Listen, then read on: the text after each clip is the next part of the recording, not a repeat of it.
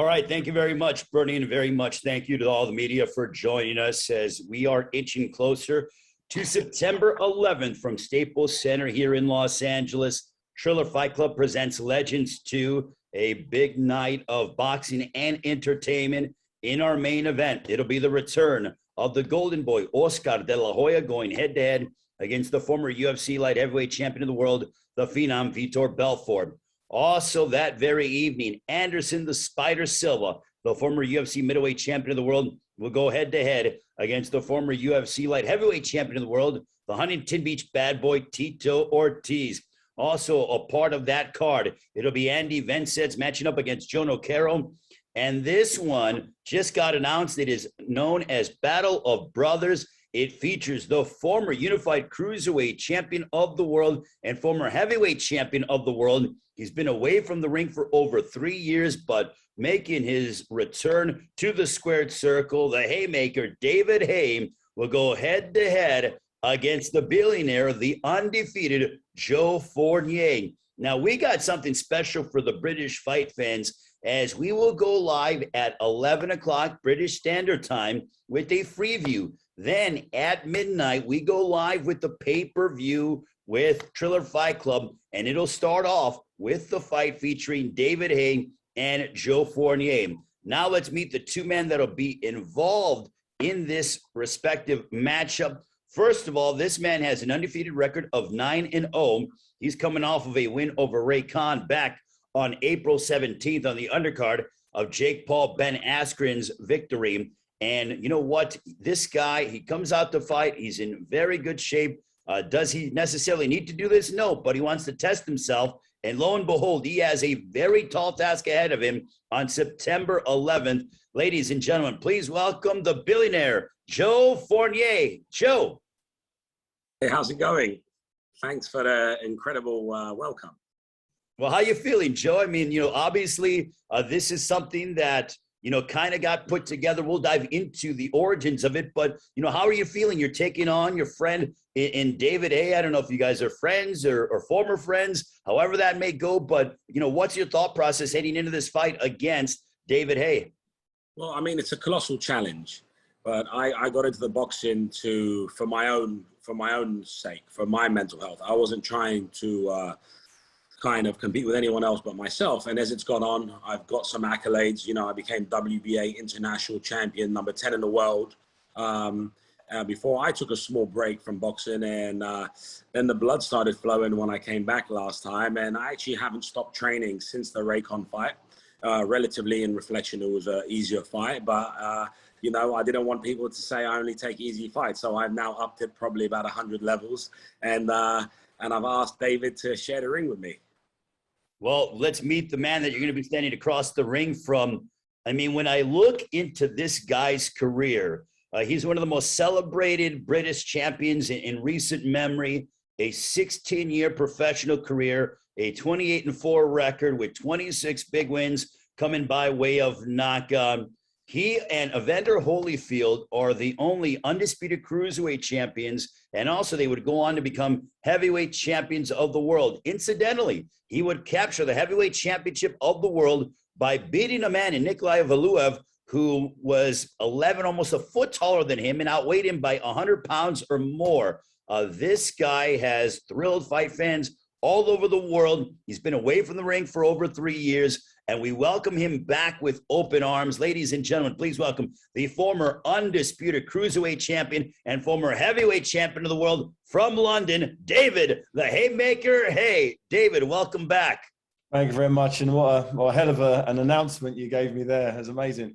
Yeah, it's good to be getting back in the squared circle. I've been away for a long time, and when Joe, a good friend of mine, baited and put the challenge out there to me, I sort of dusted it off to start off with. I didn't believe he was really serious. I thought, surely not. But maybe the rounds that we sparred, maybe he sort of saw something there which gives him confidence. But as far as I'm concerned, this is I'm doing this for myself, and getting back into the gym every day, twice a day, watching the nutrition. You know, I'm a healthy guy.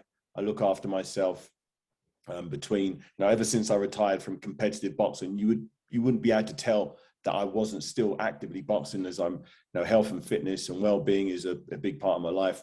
So when this challenge was put to me by Joe, I felt ready. I felt good. I lost my last 2 competitive boxing matches against Tony Bellew. My penultimate fight was, definitely hindered by a snapped Achilles tendon.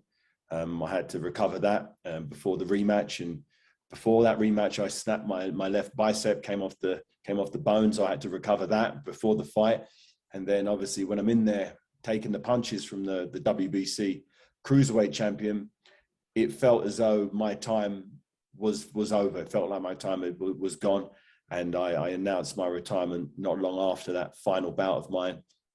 But that was 3 years ago, and I've stayed away from the boxing elements of training. I'm in a gym. I do weight training. I do sprints. I do all the training except the punching side. And because I know my personality, I know once the juices start flowing, I start going. And this opportunity, strangely, has really got the juices flowing. I feel physically, very, very young. Going into my last 2 bouts against Tony Bellew, I feel I am in physically better condition. My Achilles is healed, my biceps healed. I can do the things in training I was avoiding doing back then. So unfortunately for Joe, I know he's banking on my body failing, but he's picked me at the wrong time. He should have picked me, a couple of months after my last defeat. It had much better chance back then.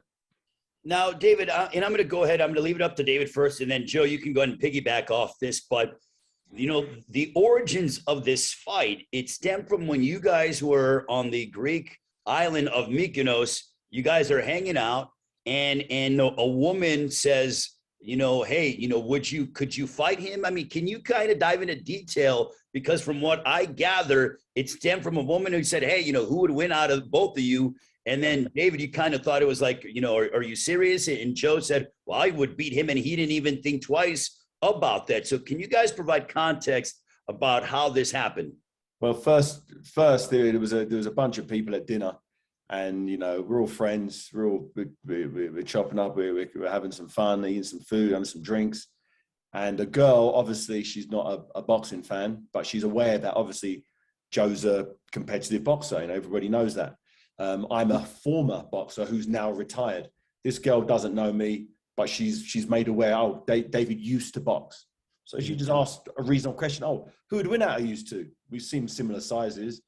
And I said, out of respect, as he's an active boxer, I said, maybe a draw, maybe we'll be close. You're just trying to just diffuse the question and move on. But Joe, obviously, a few tequilas, he's like, nah. Not now. Maybe back in the day, yeah, but now it's my time now. I'm the active fighter. You're retired. Your legs snapped, your shoulders snapped. You right today I win, but back then I'm like, whoa, slow down, seriously. And that's where it started. And he even the next day when I said, dude, what's up with that? He was like, no, I would beat you. Just us two, no hype, no one else around. He went, no, seriously, I would beat you. So I then said, okay, before we were friends, before we get, before it gets a bit too spicy, let's go to the gym and put some sparring gloves, head guard. I'll show you exactly the levels of both of us. He's like, no, if I'm going to get in the ring with you, I'm going to get in the ring with you under the real lights with the fans watching. I want my kids to see what I'm going to do. And I was like, and then fast forward a few weeks, and here we are doing a press conference prior to the Staples Center where the Lakers play. Oscar De La Hoya, one of my all-time heroes. Triller, you've got Tito Ortiz, Anderson Silva, Vito Belfort. It's like, this is a crazy, impressive collection of musicians and fighters from boxing and mixed martial arts all mixed together on one epic night, and myself and Joe are chucked in there as well. So it's, everything happens for a reason, and the stars and moon aligned where we had this bit of argument, and there's this big mega event happening, and here we are. So it's given me the little boxing bug back. The training's gone very, very nice. And unfortunately for Joe, we've done some training sessions together. We played basketball together. Yeah, he can beat me at basketball. One-on-one basketball, he wins pretty easy. But this is boxing. I believe I win this fight very easy. Joe, can you tell us when you went ahead and said, I would beat him, and then, that happened the night before, and then you doubled down on that essentially, and you go, no, I will really beat you. What came into your mind in the sense that, you guys are both competitive, you guys are both professional fighters, but, in terms of, doubling down on that prediction that you'd be able to beat the former cruiserweight heavyweight and the former heavyweight champion of the world in David Haye?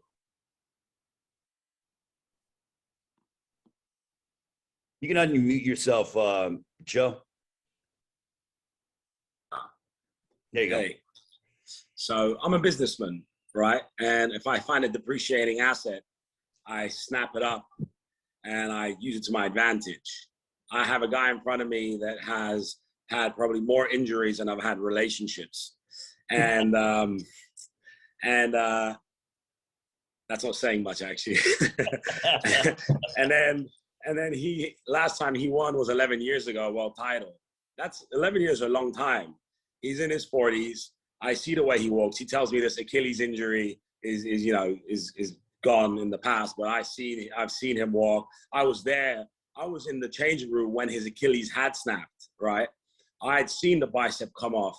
I've been in the ring sparring with him coming back from that. And I know the difference between when I sparred him before Belly 1 and I sparred him before Belly 2. It was two different people I was competing with. Now, fast forward, 4 more years go by. I stayed active. I'm still fighting. I'm still sparring, and he hasn't picked up a glove. Give him 4 weeks. For me, that's like, if you're all the boxing people out there, the time you win a championship or you win a big fight where you're the underdog is when the guys come off knockouts, right? So he's come off 2 knockouts, he's come off huge injuries, and he hasn't boxed in a while with very short notice to prepare. If I'm ever going to compete with a heavyweight world champion, this is the perfect scenario for me. So go back 15 years, am I going to fight David Haye at cruiserweight? Hell no. But as a businessman, same way I wouldn't buy Manhattan real estate in the peak of it. But right now, I don't think he's at his peak. I see him on a huge slide, and I'm on the way up, and we're crossing paths. And, I know that his ego finds it hard because he's a champion. He's a trained killer. That's all he's ever done. Even in sparring, I'm watching, you see the videos of him sparring Deontay Wilder, and he don't play. So you get in the ring, 30 seconds, he hits you with overhand right. I know that's what David does, right? And I can see a super aggressive David Haye, and I'm already aware. I know exactly what I'm getting into. But for me, this is going to be a relatively easy fight because, as Tony Bellew said it really clearly, David goes too tight. He's going to come out there, and he ain't going to play. Well, I know that, right? So if you know someone's strategy, it's easy to prepare for it. But can his body hold up for 8 rounds? Right? Can he stay there? Is that other bicep going to go? Is that other Achilles going to go? Because this is David. It's like you see him even walking around. He's got abs popping out of his ears. If this was a modeling contest, I'd have no chance. But it's a boxing show. And at the end of the day, he's on the slide. I'm on the way up, and I'm going to shock the world. And no disrespect to his accolades. Don't get me wrong. I'll never achieve what David's achieved. That's not what I'm saying. I'm saying in this precise moment in time, I have the better hand. Same way if I have a full house and you got a pair of aces, at that moment, I'm a better poker player than you because I win that hand. And that's all it is. All right. Well, at this time, we're going to open it up to the media for questions. Again, this is for the British audience.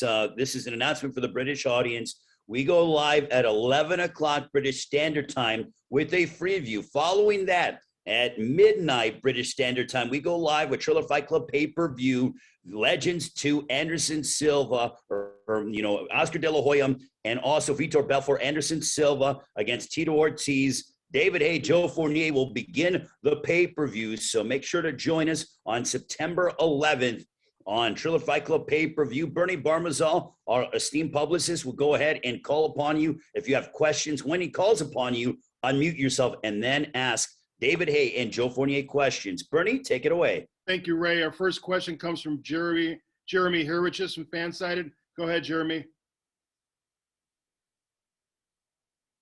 Hi, David. Hi, Joe. Quick question for David. Obviously, you know, you've been out of the sport for a while. Is this something that you consider to be a one-off, or is this something that you could see continuing into kind of like a second wind for your career?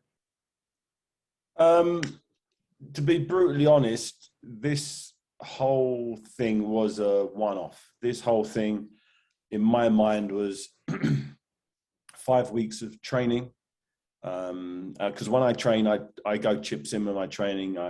My nutrition's on point. My, you know, everything's, you know, I don't leave any stone unturned. And it takes, like, you know, I've cancelled, you know, my family are in Marbella on a family holiday. I was supposed to be there with them now, but I've put my family holiday vacation on hold because that wouldn't allow me to prepare as best as I can do for this bout. So I know every session I've done, it's been an improvement on the prior session, and I can feel myself continually improving in a way which I haven't felt this fresh for a long time. My legs have never felt this fast. You know, my timing seems like it's, you know, it's just, you know, feels like the good old days. Maybe that's because I've had a lot of time out. Maybe because I haven't punched for so long. You know, you remember the injuries that I have had in the past.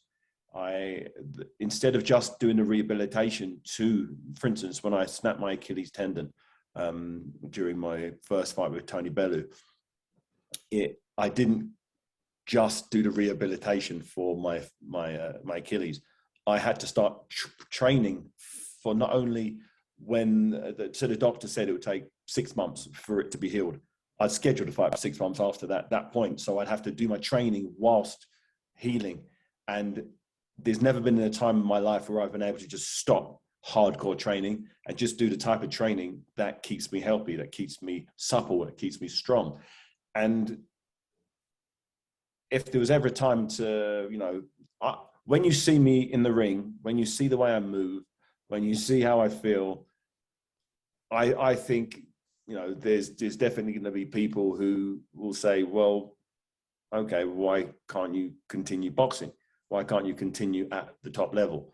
Although this fight isn't, you know, a world title fight, it's me preparing and getting in the ring at the Staples Center under the lights. You know, it's a big occasion. It's a huge occasion. You know, even if I wasn't fighting on this show, I'd be paying to watch the show. The show is going to be a fantastic event. And I'm a big event fighter, always have done.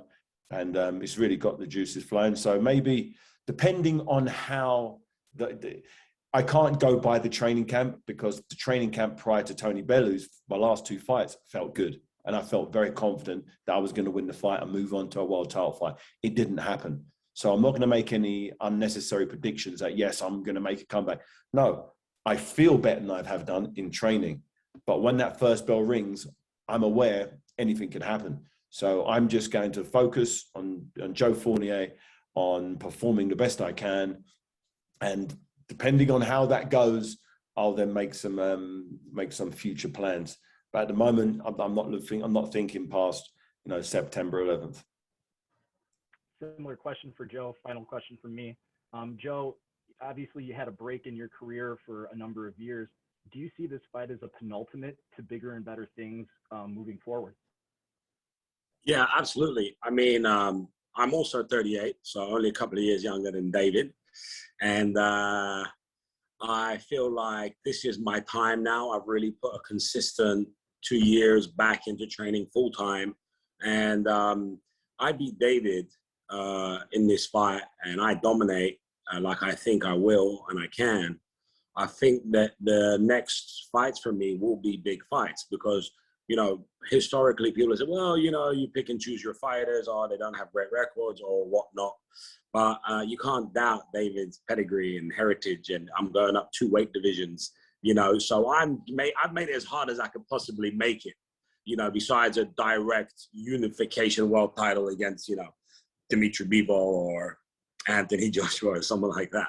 So I've found the hardest fight I could take, and I've taken it. Off the back of that, I believe when people see my performance, if people see the level that I'm performing at, they will understand that I'm ready for the big fights now and ready to fight for titles again. Thank you, gentlemen. Thank you, Jeremy. Our next question comes from Coogan Cassius. Go ahead, Coogan. Hi, David. Hi, Joe. Hi, buddy. Mr. Cassius. Hello. Question to both of you, really. Can you, either of you, make any comment on speculation that you both have actually had a serious falling out unrelated to what you two have been talking about today? I think I'll answer this one first. I think when you know you're going to get in a ring with a guy like David, who only understands one programming, which is alpha male, get him out there as quick as possible. It's hard to be friends because, you know, I'm training to do what he's trying to do to me, right? So we've kind of put our friendship on hold, I would say is fair. And we'll see how it is after the fight. But for now, I'm not hanging out with David. I'm not calling him. I'm not trying to be his buddy. I'm trying to move on my path and shock the world. David? Yeah, you put I've boxed friends before. I've boxed people I've been super cool with before, and it hasn't really affected my performance. You know, I don't see it any different as you get two brothers, literally blood brothers, playing football with each other. One's on one team, one's on the other team. They're not going to tackle each other any softer. You know, if anything, they're going to tackle even harder. You know, you have that the camaraderie, you know, of your teammates, and you want to prove that, you know, you're doing it for yourself. And boxing is the ultimate loner sport. You're in there on your own, and you got no friends when you're in there, and you just got to do whatever you need to do to get to do what you believe, you know, is what you're trained, what is going to happen. And you know, whether we're best buddies, whether we hate each other, the performance will be exactly the same. I've learned to sort of disconnect my emotions to someone's personality as a human being. This is an athletic performance.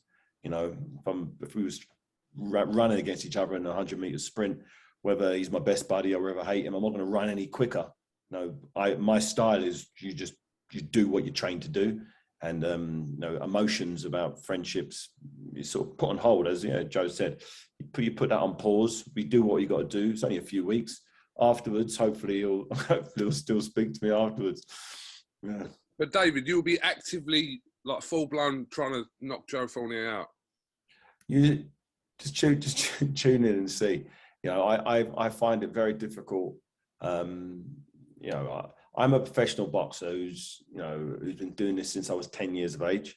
You know, I can, when that bell rings, you know, I've been through every situation, every scenario that there possibly is.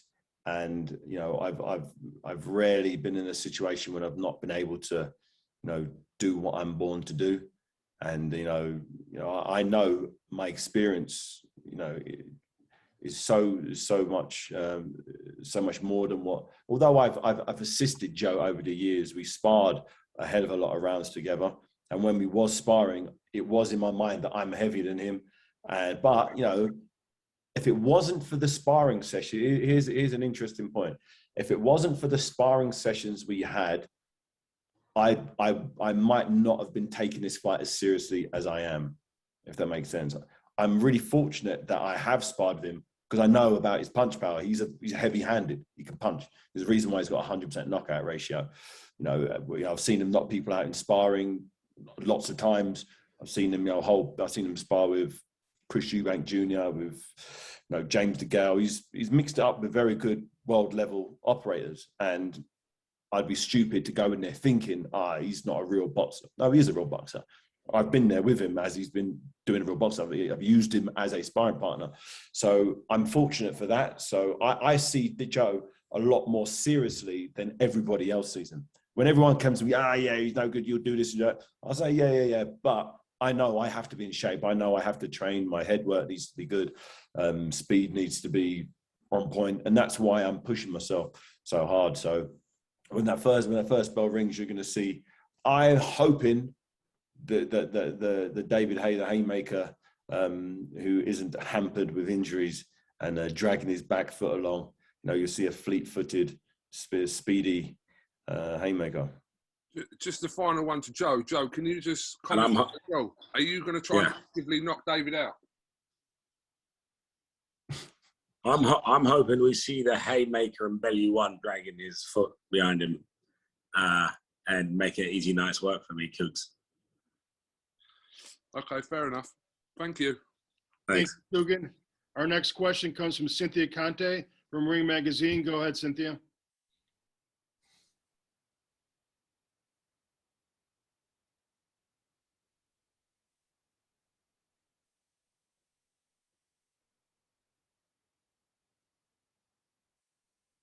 Cynthia, can you hear me? Oh, can you hear me now? Yeah, go ahead, Cynthia. Okay, sorry about that, guys. This question is for both of you gentlemen. First, David, you just said that Joe is very heavy-handed. What other tools in his arsenal are going to be the strongest tools? The strongest tools in his arsenal that we'll see September 11th. I think his biggest, in order of his skills, is his punch power first. His chin. I've never seen him decked. I've hit him some good shots. I've never buckled his legs before. I buckle most people's legs when I spar with them. So his durability, his toughness. He's got a good jab, a pesky jab, a good double jab, right hand to the body. He throws nice. He's got a big overhand right, but I believe I'll be able to see, and I know his weapons, and I'm not going to fall into the trap thinking I'm fighting a light heavyweight. I know I've seen Joe jump on the scales, and we both weigh the same. He's around 90. He's around 90. He weighs about the same as I do. So I know how hard it is for him to get down. He's only made. It's been a very long time since he's made the light heavyweight limit. So I'm not thinking in my mind I'm fighting a light heavyweight. I know he's a solid cruiserweight. He'll be over cruiserweight on this occasion. So I'd say his punch power, his durability. He's got a decent jab if I allow him to use it, which I won't. So I think there is two main strengths. And Joe, same question to you. Besides David's haymakers that we all know about, what do you find will be his strongest tool in his arsenal that you'll be encountering? I think I haven't when I sparred him. I found that just the size was very intimidating in the ring. I remember jabbing him once, and kind of my hand hurt probably more than his arm did. But like I said, that was a long time ago. Things have changed now. I've got bigger. I've got stronger. I'm on the right weights program. So I think, look, he's got knockout power that's knocked out massive, huge heavyweights. So I got to be really patient in this fight, and I got to really take my time. And as we know, like I said, as Tony Bellew said it, when he gets into deep water in the later rounds, David is a different fighter because that explosive ATP anaerobic power does deplete. And, in the first 3 rounds, David still, I believe, was the most dangerous fighter in boxing, full stop. I think in the 5th, 6th, 7th round, I think that's where things will change and kind of turn in my favor. So I'm going to keep my hands up. I'm going to stay disciplined. I'm definitely not going to try and walk into one of those haymakers. But that pesky jab is going to get irritating round after round. And I'm putting in the work to be able to keep my legs under me, to stay fleet-footed throughout the whole fight. And it'd be very unintelligent with me to mix it up with a guy that, although, we have weighed in the same weights before. That was after a really fun summer in Mykonos, me eating gyros, not necessarily of lean muscle like David has. So now it's a whole different situation. I am 2 divisions lower. So I need to work on my strength, which is speed, footwork. And I have a good chin, but I'm not trying to test it out anytime soon on one of David's overhand rights. So I just be annoying, be difficult, take him away from his game plan, which is to kind of corner me and bludgeon me. Take that away, take that game away, get him to use the things that he hasn't been good at using recently with all his injuries. That Achilles, is it going to hold up 8 rounds with him trying to chase me around the ring? Is his bicep going to hold up, keeping it tensed up? Is his neck going to hold up? There's a lot more injuries that I know about than the rest of the media knows about. So I'm quietly confident you guys are going to be really surprised at the way this fight's going to go. And yeah, he's dangerous in the first 3 rounds. I'm going to have to really stay sharp. If I lose any second of concentration, it could end very, very badly for me. I'm aware of that. I'm working on that. And this is about mental toughness. And it's also about, you know, for me, this is achieving greatness. This is my unification world title fight if I'm ever going to have one, right? So I'm taking this as seriously as anything I've ever seen. I've seen David lay loads of people out in sparring with 16-ounce gloves on headgear that have 30 pounds on me. So there's an element of fear, but I feel that fear brings pressure, and I work very, very well under pressure. So I'm really excited for it. And like David said, I would buy this fight myself because I really want to know how it's going to end. I really do love how both of you have pretty much stated how both of your game plans are for each other. And Leslie, is this a sanctioned bout? Because I'm not sure if it was sanctioned yet, or is it an exhibition as of right now? I'm not, for me, whatever the rules are going to be the rules. I'm coming in to do what I got to do. I have a game plan, and that's not going to change regardless of the rules, gloves, whatever time. It's irrelevant to me. You just want to fight. All right. I don't want to fight. Let's get it on. All right, gentlemen. Good luck to you both. Thank you. Thank you, Cynthia. Again, for the international media joining us on this virtual press conference, if you have a question for either David HAYE or Joe Fournier, please use the raise hand function and I will call on you. Our next question comes from Jonathan Nagyoff. Go ahead, Jonathan. Cheers, Bernie. Hi, guys. Jonathan here from Pro Boxing Fans. First of all, to David, are you in some ways more motivated for this one than some of your previous fights, given you're fighting, you know, a close friend of yours? And do you feel like there's, in a way, some of your legacy at stake here, or do you not see it that way? It's an interesting question. I thought about, I remember watching Mike Tyson and Roy Jones Jr. I did the commentary for that for the UK feed on BT Sport, and I remember I got butterflies when they were both coming to the ring, and seeing the, my heroes going up there and performing way past their prime, way past their prime. It was, I remember thinking, yeah, this, there's something about it. Then you look back at, fighters like George Foreman, 45 years of age, coming back to beat Michael Moorer.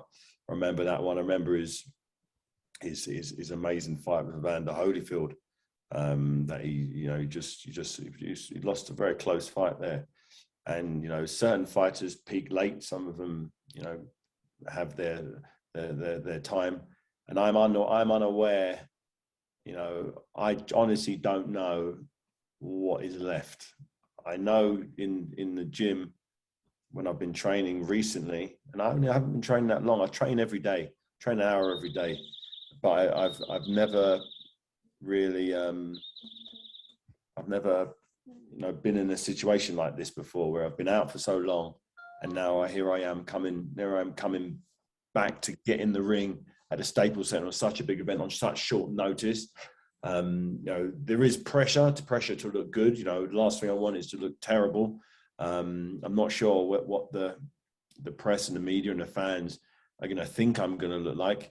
Hopefully I look and resemble something like I was once before, resembling what I looked like in my last 4 comeback fights. I don't believe, maybe the first one was a first round knockout. Second was, I think it was a second round knockout. But my last 2 against, world level opposition, Tony Bellew, who's a WBC cruiserweight champion, I think that showed where I was at that time. And at that time, I wasn't good enough to beat Tony Bellew, who was the cruiserweight world champion. Would I be good enough today? Am I worse than I was then, or am I better? It's completely unknown. Whoever's in the other corner, Joe Fournier, your question was, is there more at stake? Whoever is in the opposing corner, it's irrelevant. This is not about who I'm fighting. This is about me going through the process of training for a boxing match. Getting used to taking the punches. My body's aching, my shoulders, my legs, my calves, my ankles, my neck. I'm doing the types of training I haven't done for a long time. I'm enjoying it. I enjoy waking up and hobbling to the shower in the morning, and then the shower warming me up to get back down there to the gym and train some more. I like that feeling. It's been a long time since I've had that, but I think this fight is going to be a spectacle, and it's going to be an education for because I know, Versus and Triller, there's a very young demographic who tune into this platform, and I think they're going to see some amazing, some of the old boys, Oscar De La Hoya, he's in his early 50s now, but these kids might not have seen him in his prime, but he's one of the greatest to ever do it. As a teenager, I was a massive fan, still am, of Oscar De La Hoya, and to see him, and then even my kids, my daughter's 11, my eldest son Cassie's is 13. I won the world title 12 years ago. This, daddy's, what daddy did was a long time ago, and it's nice for them to see me going through the process of preparing for a fight, and getting back out there and doing my thing. So it's for me, it's irrelevant whether I'm fighting, Joe Fournier or whoever it is in the other corner. This is all about, in my mind, it's all about me, how I can motivate myself, how I can get through training, and get in the ring in tip-top shape, with the ability to be explosive, be dynamic, and be able to do what I've always done, as I wasn't able to do that in my last couple of fights. But since these few weeks I've been working out, doing the specific boxing training, it feels very different to my last few fights, from my prior comeback fights. Maybe because there was no pressure recently to continue training, so I've just allowed everything to rejuvenate, recover, and I feel like a brand new man. But I've still got 3 more weeks of training, and I've still got to get in the ring under the lights, and I've still got someone undefeated throwing punches at me with mean intentions. So after the fight, we'll be able to see exactly where I am. Just one for Joe, if I can. Joe, you said sort of, you don't think this is the same David Haye of 10 years ago, which is fair enough, but he has the more experience, obviously, at world level. How do you bridge that gap? Is there a way you've been able to do that through sparring, do you think?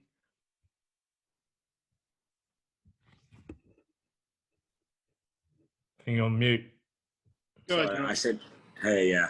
I said, yeah, I've been working with some bigger guys in sparring. I'm working on some slightly different strategies as you would do fighting a guy my size and my height. I think I give 3-4 inches to David. So the strategy of getting inside and getting under his long kind of low hanging jab has been something we've been working on really well.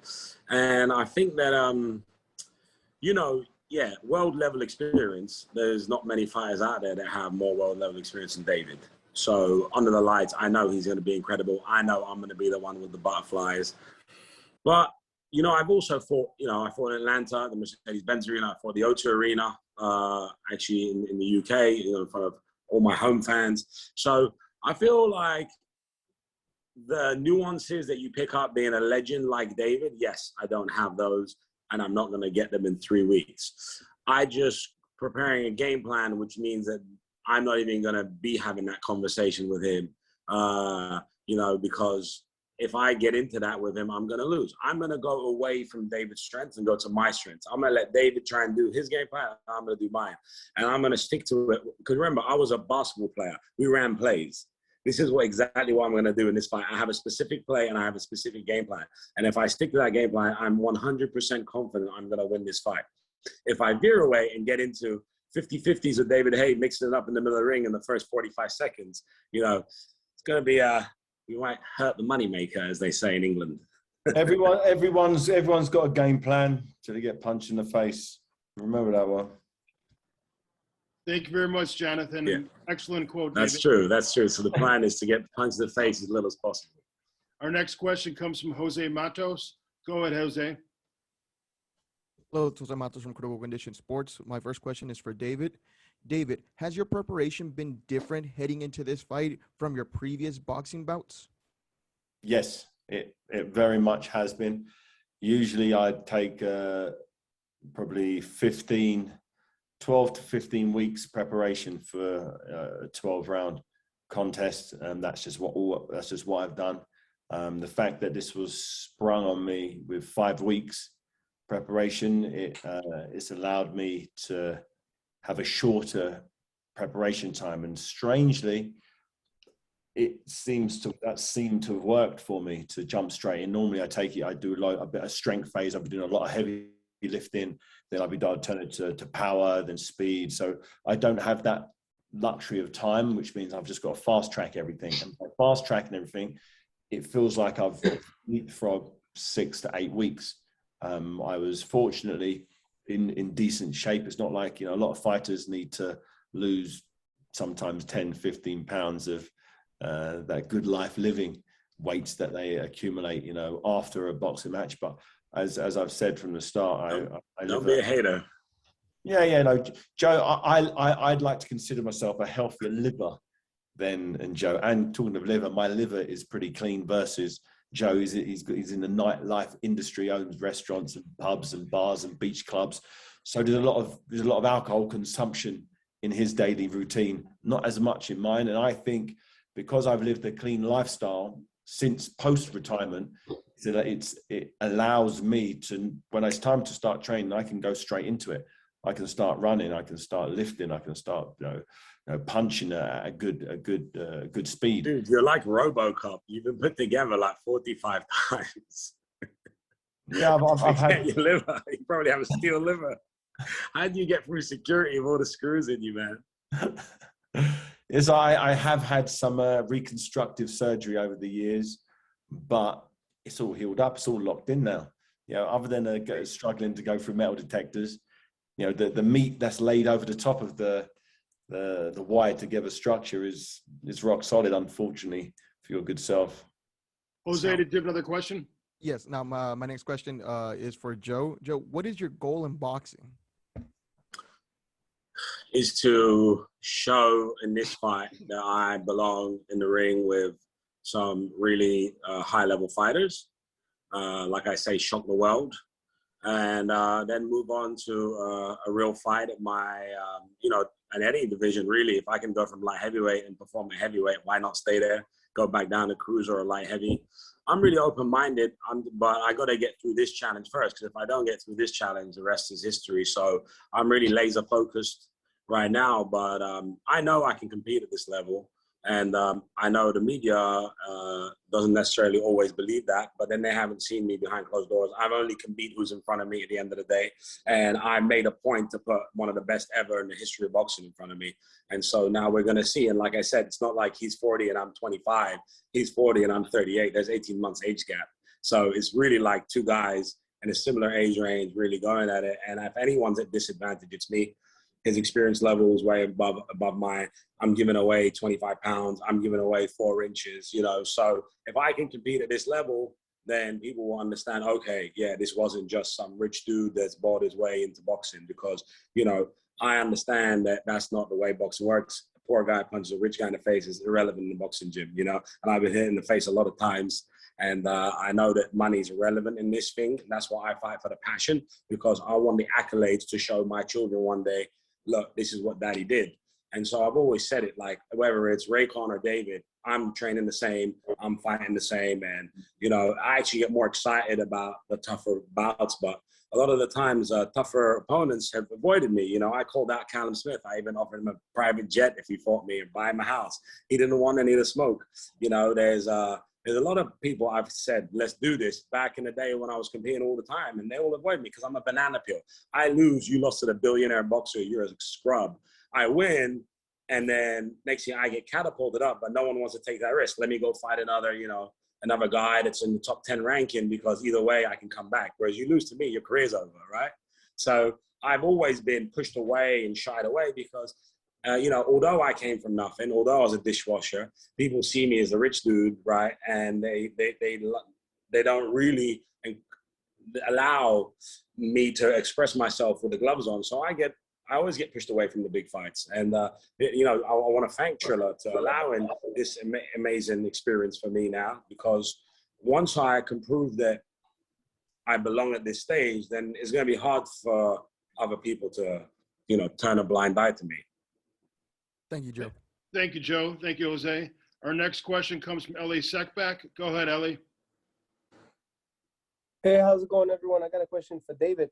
If everything goes well and you're doing great, would you like to fight the winner of Joshua Usyk or the winner of Wilder Fury 3? At this stage, I can't really start thinking about mentioning the Goliaths of the division. I haven't done anything other than a couple of press conferences since my last 2 stoppage losses. So I think it'd be disrespectful to all 4 of those. Usyk was a undefeated, undisputed cruiserweight champion who worked his way up to the #1 mandatory position to challenge Anthony Joshua's WBA, IBF, and WBO titles. And then you got Deontay Wilder, in his 3rd match with Tyson Fury, who's undefeated himself. So, I can't mention their name, off the strength of a couple of interviews that I've done, because that's technically all I've done since losing is have 3 weeks, 2 weeks of training and, scheduled to fight Joe Fournier at the Staples Center on the Oscar De La Hoya Vito Belfort undercard effectively. So, I wouldn't want to mention any of those guys' names. Depending if I feel after the fight on September 11th something different, I'll be sure to let you know first thing. But as of right now, I can't think of fighting one of these guys. All I'm thinking about is getting through the remaining 3 weeks of training in a healthy condition, in one piece. Not getting injured. As a lot of the injuries I've received over the years have happened in preparation for a fight. There's only a couple of fights I've been injured in the fight.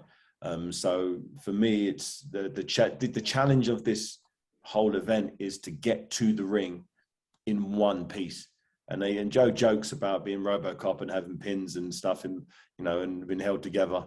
But I understand why that is, because it is a tongue in cheek, but there's a bit of reality there that I can't train the same way as I did do when I was 30. I can't have 6 sparring partners doing 2 rounds in, 2 rounds in, 2 rounds in continuously. That those days are over. I've got to be a lot more conservative and economical with my energy. I've got to make sure my massage is on point. I've got to make sure my physiotherapist, my chiropractor, I've got to make sure my blood works neat and tidy. I've got to make sure my new hydration levels are optimal. My sleep patterns are optimal. There's so much that goes into making sure I get through the ropes on September 11th in one piece, healthy, ready to perform. I can't 1 second think a day past that, because if I do start thinking about some of these super duper names you mentioned, those 4 names are the big boys in the division. If I start thinking about them and take my eye off Joe Fournier, can you imagine the humiliation if I end up, even looking bad there? That's a let alone, I can't afford that to be remotely an option. I need to give Joe Fournier a boxing education. I need to pack his lunchbox and take him to boxing school on September 11th, because anything other than that, I'd be very, very upset. Thank you so much. I appreciate it. Thank you, Ellie. We're going to take one last question and get these gentlemen back to their training. Last one's from Dylan Boker. Go ahead, Dylan. Hey there. My first question here is for David, because you kind of just addressed the question in relation to the modern crop of heavyweight guys, but I'd also seen an article indicating potentially some level of interest in, fighting Lennox Lewis, Evander Holyfield, sort of teasing a comeback a little bit. Obviously, very focused on this fight here, but entertaining the hypothetical you get the ideal outcome. Could those sort of matches compel you to get out there for an additional bout? I was asked about, of all the living fighters, who would, you in an ideal world, who would you want to fight? And I believe, Lennox Lewis is, one of the greatest to ever do it. I can't see Lennox Lewis on his day, losing to any heavyweight in history. I just think he's that good. So I said if there was ever a heavyweight in history that I'd love to have, mixed it up with, is Lennox Lewis. You know, I don't know, is he 50 or he's in his 50s? He doesn't. I haven't heard any talk of him or Evander Holyfield. He's probably another one of my all-time heroes. The only other fighter to have, he let me know it's possible. He let me know the small guy, you know, can beat the big guy. You know, it's the size of the fight in the dog, not the size of the dog in the fight. And exactly like this fight. Yeah, he could. Yeah, exactly. You keep thinking like that, but you're a very different proposition to Evander Holyfield. You know, he is the real deal. Literally, he's the real deal. You know, watching Tyson and Roy Jones do it. You know, I heard there's talk of Holyfield that wants to do something similar, and he's, you know, I haven't heard of Lennox Lewis, but you know, just you know, being, you know, just to know that there's a version of our reality where these crazy matchups are happening now. You know, it's exciting. You know, but once again, I don't want to start thinking about you know, dream matchups when, you know, if Joe is a big banana skin, a giant banana skin that, you know, I cannot slip over on whatsoever. I've got to sweep it up and put it in the trash. I can't step on it and fall on my butt. Appreciate the insights. And just a quick follow-up to Joe here, if I could, because I was seeing an article going around saying that at one point you were training Jay-Z back in the day. And I'm kind of wondering, just with Triller's music-oriented platform, are we ever going to get the Jay-Z, Joe Fournier kind of, you know, appearance? Maybe he walks you out sort of deal? Oh man, I've seen so many articles going around. Let me just tell you that my musical career stops in the shower. But I do love watching all the versus stuff. I went to a live one in Miami and it was really incredible. So it's like, I said it in the last fight, like just being a part of like the combination of music and bringing all these amazing cultures together, you know, from, you know, Latinos to urban culture and sports and music. It's just cool for me being from Hounslow, which was a melting pot in London of different cultures, just to kind of continue to be, you know, on these incredible shows, as David said. It's called Legends 2 for a reason. I'm humbled to be on the card.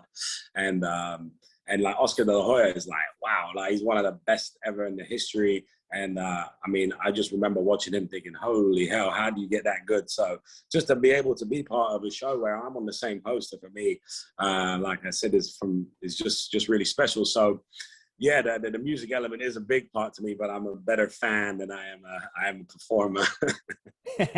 Fair enough. Thanks for the insights, guys. Thank you, Dylan.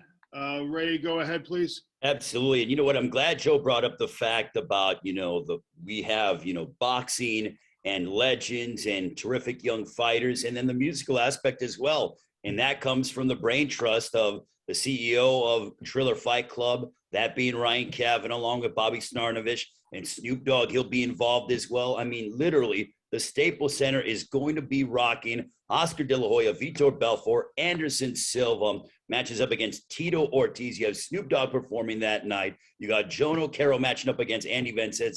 And then the return of the Haymaker, David Haye, against the billionaire Joe Fournier. Two friends that are going to go at it toe-to-toe on September 11th for the British fight fans. This is an announcement for you. 11 o'clock British Standard Time. We go live with the preview. Then at midnight, you can check out the pay-per-view. And we start off with Britain's own David Haye against Joe Fournier. Do not miss it. Before we let you guys go, final comments. And you know what? I want a prediction from the both of you. First of all, the billionaire himself, Joe Fournier. How's it going down September 11th, Staples Center here in Los Angeles? I am going to shock the world. David, your prediction. Is he going to be able to accomplish that? No, this is going to be a boxing masterclass. As I said, I'm going to pack Joe Fournier's lunchbox and take him to school. My last question to you, David, is that people are wondering, are you going to go the distance with Joe Fournier? Or do you have it in your mindset to go out and get the finish? Listen, people need to tune in and find out for themselves. It's going to be an education. Just believe that. You'll see. He can't go the distance. That's the problem. His Achilles won't hold up. Well, September 11th, we all find out. Joe Fournier, David Haye, thank you so much. We'll see you in Fight Week here in Los Angeles. And thank you so much to the media for joining us wherever they are around the world.